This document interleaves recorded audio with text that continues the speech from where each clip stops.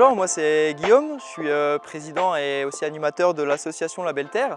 Et du coup, je vais vous présenter le projet qui s'appelle Résilience et autonomie alimentaire. Et du coup, nous on est à l'étape 3.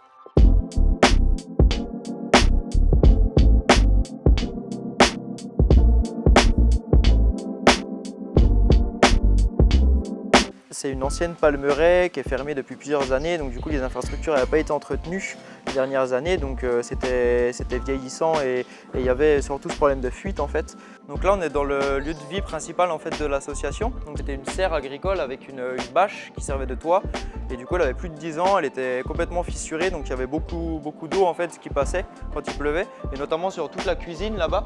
Donc ça nous empêchait en fait de réaliser à bien les petites transformations, les ateliers de sensibilisation qu'on avait. Donc là on est sur une serre annexe en fait qui a été aussi concernée par la subvention. Donc on a fait tout ce qui est fermeture et on a refait le toit parce que là c'est pareil, c'était tout en bâche, donc l'eau passait et c'est un endroit qui va nous servir de stockage pour les produits transformés mais aussi pour le matériel qu'on va acquérir prochainement. Donc là on a eu vent en fait du budget participatif et c'est là que finalement on s'est rapproché de la province pour voir si de par les activités qu'on avait on pouvait répondre à cette subvention-là et ça a été favorable, donc ça a vraiment permis de pérenniser en fait les activités. On a vu qu'il y avait un gros potentiel pour transmettre en fait ce mode de vie-là qui nous en fait nous tient à cœur parce que la dépendance à l'import, que la dépendance aux énergies, etc. c'est quelque chose qui va devenir de plus en plus compliqué en Calédonie. Donc l'idée c'était vraiment de commencer à faire les choses différemment et de faire les choses par nous-mêmes en fait. Et là je vous présente Quentin, le collègue de l'association. Il vient de finir le pressage des cocos.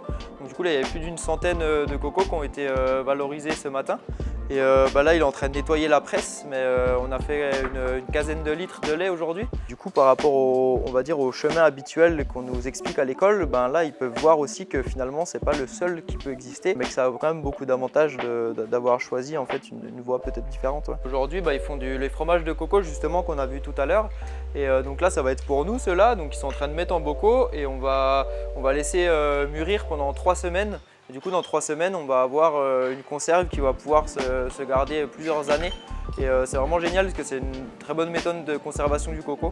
Et là c'est Jeff, le collègue qui rentre de l'école, il était avec des maternelles aujourd'hui justement pour faire un petit jardin avec eux. C'est un jardin qui est sur la technique d'agroforesterie et de recréer un sol en fait, d'avoir un sol qui est complètement vivant et d'avoir aucune dépendance aux engrais. Il n'y a aucun produit chimique, il n'y a pas de pesticides, c'est 100% bio naturel. Donc là voilà, on voit la chouchoute, les moringas, les oranges. Et là on a une zone qui est plutôt ouverte pour le maraîchage. Il y a besoin de lumière, de soleil. Ensuite on a plutôt la partie vivrière. Donc c'est là où on va avoir les ignames, on va avoir les bananes, on va avoir les papayes, voilà, et toujours des arbres et des légumes en fait, tout est mélangé. Donc on avait un sol qui était très pauvre et on voit en 2 ans finalement ce que ça permet de faire sans aucun produit. Donc ça c'est le gros avantage de cette méthode, c'est que tu as beaucoup de diversité, mais tu as beaucoup de diversité sur toute l'année, donc ça permet de nourrir du monde et d'être autonome. Donc ça demande un peu un cheminement personnel. C'est pour ça qu'on appelle transition en fait, transition écologique. Et donc nous l'idée c'était d'avoir un mode de vie soutenable, ça c'est vraiment ce qui nous inspire. Donc un mode de vie que nos enfants vont pouvoir répliquer. Aujourd'hui malheureusement la société c'est pas ce qu'elle propose. Finalement. On peut comprendre qu'il y a des gens qui soient sceptiques ou qui soient peut-être qui voient ça d'un œil un peu étrange. Puis il y a aussi tout ce qui est on va dire la philosophie du minimalisme et de la sobriété qui nous évite d'avoir un besoin financier en fait excessif. Donc nous on a besoin de très peu de choses et les choses dont on a besoin on essaie de les faire par nous-mêmes. Donc avec aussi des systèmes de troc et d'échange en fait avec des amis. Et du coup, nous, l'aide en fait, financière qu'a apporté la province, c'est quelque chose qui a vraiment permis de poursuivre et de développer. Et sans ça, en fait, on était en train de réfléchir pour peut-être réduire la surface de la serre, ce qui aurait vraiment réduit la capacité d'accueil aussi. Donc là, le budget a vraiment permis donc de continuer, mais aussi de progresser en fait, au niveau des activités de l'association. Ouais.